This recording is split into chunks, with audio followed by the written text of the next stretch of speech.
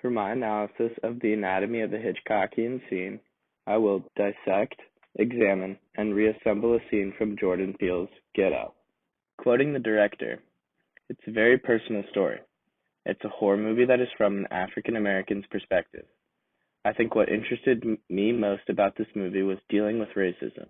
Really everything from the subtle racism that many people may not know exists on a day-to-day basis, or for a lot of people, to the more extreme racism and everything in between. Get Out effectively creates tension, terror, and thought-provocation using many of the film techniques and themes that Alfred Hitchcock displays in his masterpiece Rear Window. Editing and sound effects becoming temporarily paralyzed, exploring unresolved social issues and feelings of hopelessness." This scene starts as the main character, Chris, returns from having a smoke. Missy, his girlfriend's mom, begins questioning him regarding his smoking habits. We watch as Chris tries to ease the tension between them with a short laugh. Missy explains how dangerous smoking is. While they continue the conversation, Jordan Peele meticulously chooses very specific sounds to amplify. For example, the sound of the spoon against the side of the teacup. The scratching of Chris's fingers against the chair further engages the audience in this suspenseful scene. Peele also uses internal diegetic sounds as Missy asks Chris to picture the night his mom died. As Chris hears the rain inside his head, Peele artfully brings us there. Like a brain surgeon from the future, both Missy and the audience get to see and hear the raw emotions and fears that Chris has buried in his mind. During this conversation, Peele uses slow, rhythmic jump cuts. We see back and forth close-up shots of Chris and Missy. As Missy dives deeper into the death of Chris's mother, Peele directs the camera to slowly move in, exposing Chris's raw, emotional expressions. We then hear, "You can't move. You're paralyzed.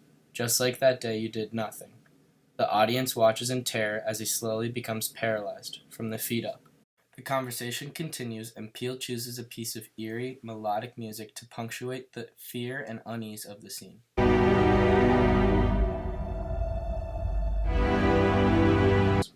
While Chris is in a freefall into the deep, dark, ominous, sunken place, the non-diegetic music begins to pick up. The scene ends as Chris screams, but nothing is heard. Alfred Hitchcock used a similar theme in his movie. The main character, L.B. Jeffrey, is confined to a wheelchair as he recovers from a broken leg in his New York City apartment. In a sense, he is paralyzed, stuck to his chair. As viewers, we are also stuck in his apartment, stuck with his point of view inside his lack of courage and his belief that he has limited options. People are sitting around a table, talking about baseball, whatever you like. 5 minutes of it, very dull. Suddenly, a bomb goes off, blows the people to smithereens. What do the audience have? 10 seconds of shock. Now take the same scene and tell the audience there is a bomb under that table and will go off in 5 minutes. Well, the whole emotion of the audience is totally different.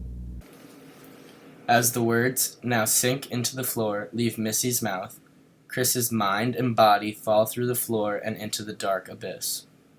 As he falls, sinister music punctuates the feeling of hopelessness. He tries to scream, but the audience can only see Chris scream. We see his complete despair. Peele then switches perspective. We see the world through Chris's eyes. On the surface, Hitchcock shows generalized traditional 1950 gender roles, where when men are strong but sometimes get damaged and women are homemakers and need to be the caregiver. But Hitchcock uses the two main characters to reverse and challenge the traditional male equals active, female equals passive. By challenging the societal norm, Hitchcock builds tension. Hitchcock also uses the emotion of hopelessness to create tension and suspense. Throughout the movie, Hitchcock shows Jeffrey as a damaged man. He is unsure about love and his career. He seems lost and hopeless. Although before the movie started, we are led to believe that at one time he was confident, active, and full of life.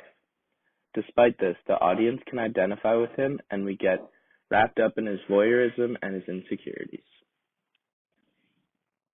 One example that shows how Hitchcock exploited the emotion of helplessness is during the climax of the movie. Although Jeffries can see and hear everything that is happening in the apartments that he spies upon, Jeffries' hopelessness becomes clear. After Lisa breaks into the apartment and Thornwald returns, and a fight ensues, Jeffries is utterly and completely hopeless. He seems that he wants to act, but can't. He seems that he wants to scream, but also cannot. He can only whisper and passively call the police. Peele on Twitter said, "The sunken place means we're marginalized.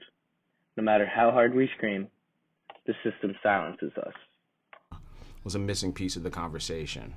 I feel like the way we talk about race is broken right now. We can't. It's very difficult for Americans to have a positive and constructive conversation. And so, what I hope this movie does is start a conversation that starts from the point of, hey, we were all entertained watching this movie. So now let's talk about it. Let's talk about why. As the New York Times Movie Review eloquently states, our monsters, Mr. Peele reminds us, are at times as familiar as the neighborhood watch. One person's fiction, after all, is another true life horror.